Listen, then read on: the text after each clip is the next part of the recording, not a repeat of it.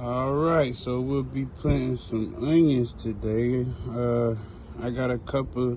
This is just one cup. I got a few cups, but this is the first one I did for the season. And you see they're ready. They've been ready. I kind of been putting it off, but we're gonna be putting them right there, and I'm gonna show you how to put drip irrigation on them. So stay tuned. So this is the best way I've found to put onions on drip line. Obviously, you're only gonna get so many onions per line.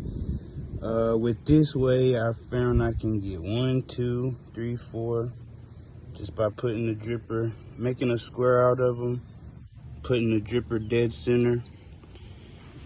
Probably needed a little bit faster dripper on these, but oh well, I just work with what I got.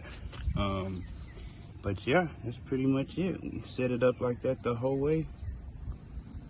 Pretty much like, so this is gonna be a watermelon patch, and it's pretty much the same thing here. It's buried already, but there's a dripper here, dripper there, all the way up. So I mean, and with this, I'll be able to put a watermelon, pretty much a plant on both sides. You could even do 3. You could plant right on top of it.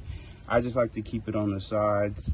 But yeah, you could even do something just like this and plant it 1, 2, 3, 4. Because you know you got that dripper right in the middle. So I mean, you just kind of got to work with what you got. There's ways to get multiple plants on one dripper. It's really not that hard. Just takes a little bit of thought.